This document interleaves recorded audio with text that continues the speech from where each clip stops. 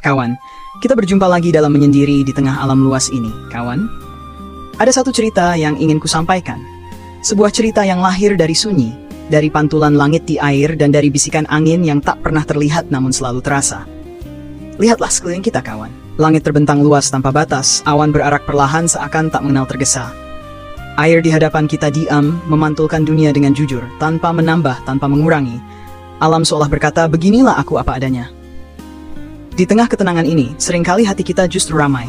Ramai oleh angan-angan, oleh harapan yang belum tercapai, oleh luka yang belum sembuh, dan oleh pertanyaan yang tak kunjung menemukan jawaban. Kawan, pernahkah kita merasa berjalan sendirian dalam hidup ini?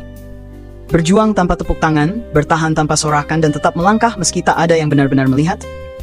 Seperti air tenang di hadapan kita, kawan, di balik permukaannya yang damai, ada arus yang terus bergerak. Begitulah hidup kita. Meski tampak biasa dari luar, di dalam diri kita ada perjuangan yang tak semua orang tahu. Angan-angan seringkali membuat kita terbang tinggi. Namun kenyataan kadang menjatuhkan kita kembali ke tanah. Disitulah hati diuji, apakah kita berhenti atau justru belajar untuk bangkit. Kawan, alam ini mengajarkan satu hal penting, segala sesuatu punya waktunya. Awan tidak berlari, namun ia sampai. Air tidak berteriak, namun ia mengalir jauh. Pohon tidak tergesa, namun ia tumbuh tinggi.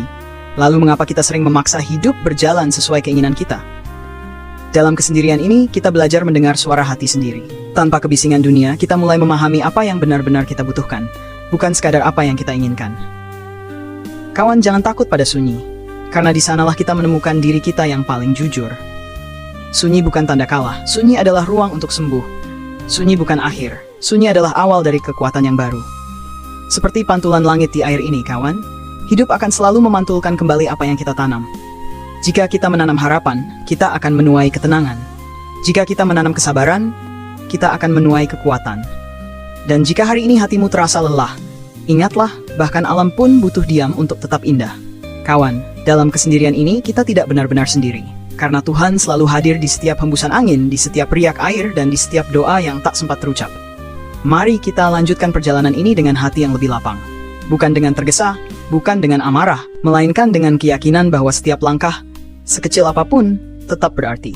Karena pada akhirnya, kawan, yang kuat bukanlah mereka yang paling cepat, melainkan mereka yang tetap berjalan meski lelah, tetap berharap meski pernah kecewa, dan tetap bersyukur meski hidup tak selalu ramah.